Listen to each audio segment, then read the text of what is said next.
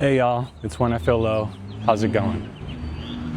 So somebody asked me the question, how do I pick the songs that I busk?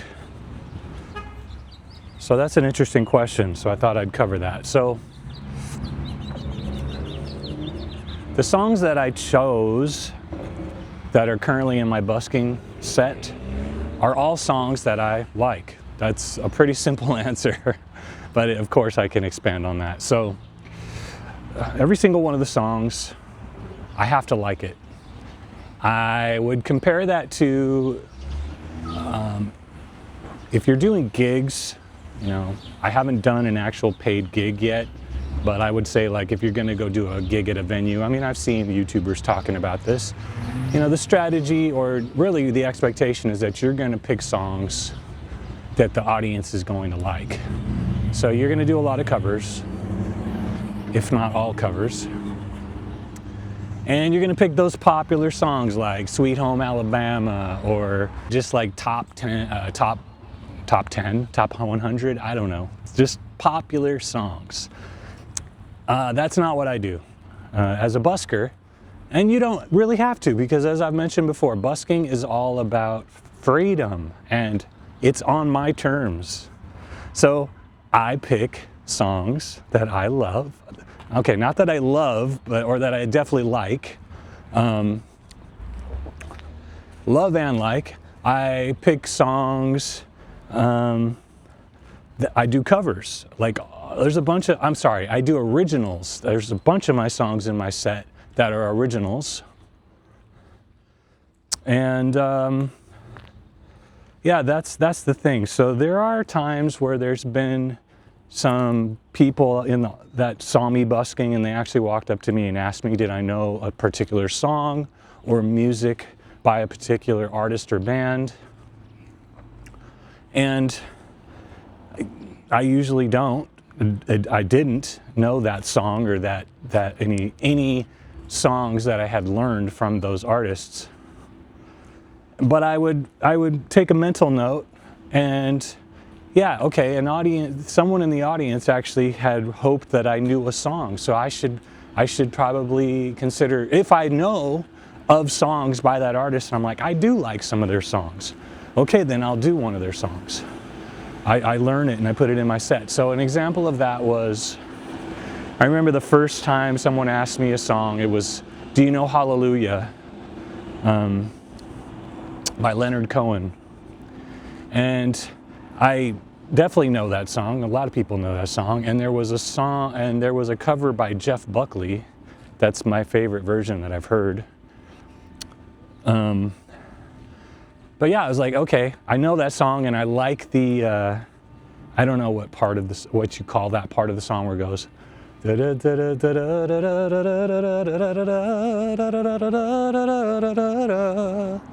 I guess that's like the pre-chorus or middle eight, I don't know what it's called, but that part. And I mean, that's especially powerful, the Jeff Buckley version, man. So I learned that song and I put it in my set and I play it. And I actually have a video of me doing that one song that's pretty popular on my channel. For my channel, that's a popular video. And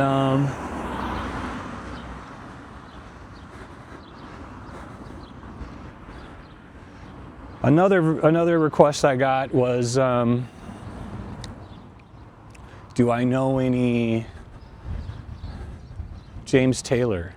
Okay, so I do know, I know who he is, I know some of his songs, like I know of them, I know I like some of them, but I didn't know how to play them. So I went home and eventually, you know, pretty soon after that request was made, I picked a song that I liked from James Taylor, Fire and Rain. Oh, I see fire and I see rain. That one.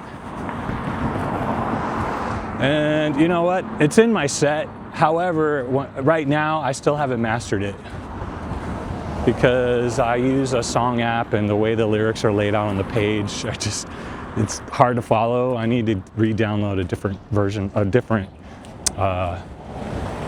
file to get the lyrics to show up properly. But anyways, it's in my set. I did make a point of putting it in my set. Another one was Nirvana. A young guy walked up and he said, hey, do you know any Nirvana? And of course, I mean, I know a bunch of Nirvana songs, but I didn't know how to play any of them. Hadn't learned any yet. So I went home and I chose a Nirvana song to put in my set, and that's Polly, which I do like a lot, actually. So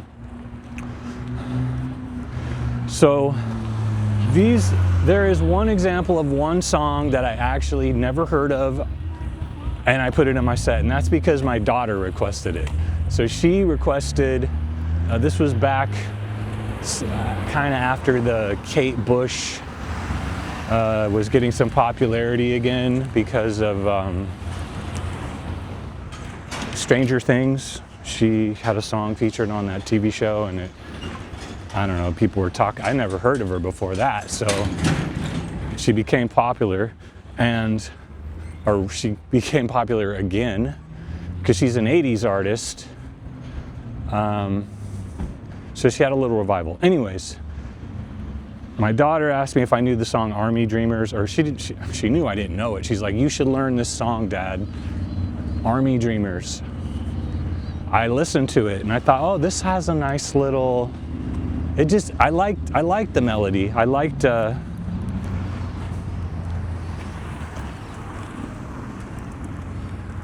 the chorus. So the thing is, even if like this, so I learned that song and it's in my set. But here's the thing, no matter what the song is, like this is the thing I noticed about myself, is I swear, you could tell me to play, you could say, hey, you should learn this one song. And I'm like, and I don't even like it. Like I'll be like, this song, I don't like it. But here's the thing, if I learn it, I'm gonna do it the way I can do it in the way that is my style, okay? And I'm gonna make it a song that I actually like. Now, another example, I guess this is my last example of a song I learned for somebody because somebody else suggested it. Do you know any Bob Marley? And when I was in my 20s, I actually did learn a song, Redemption Song by Bob Marley. War pirates, yes, they rob I, sold I to the merchant ships. Okay, so I long forgot that was like in my 20s, so I mean, it's like buried away. That's a song I forgot that I actually did learn it. So I brought it back out. I brought it up to date. I mean, back then I played it like all bar chords up and down the neck. And that's the thing, since I've been a busker, I've purposely only done everything up in the open chords, the first 4 frets generally. Because it's easy. It's easier to play that way for me. And I basically, that brings me to my next point, is that I pick songs that are gonna, like, I give them a run through. You know, if I have a song in mind, okay, I like that song, and I usually find myself singing along with these songs, and that's when I know, hey, you know, this could be a good song for busking. And so then I'll pick up the guitar and I'll try to just do it off of like 100% by ear, find the chords just by ear.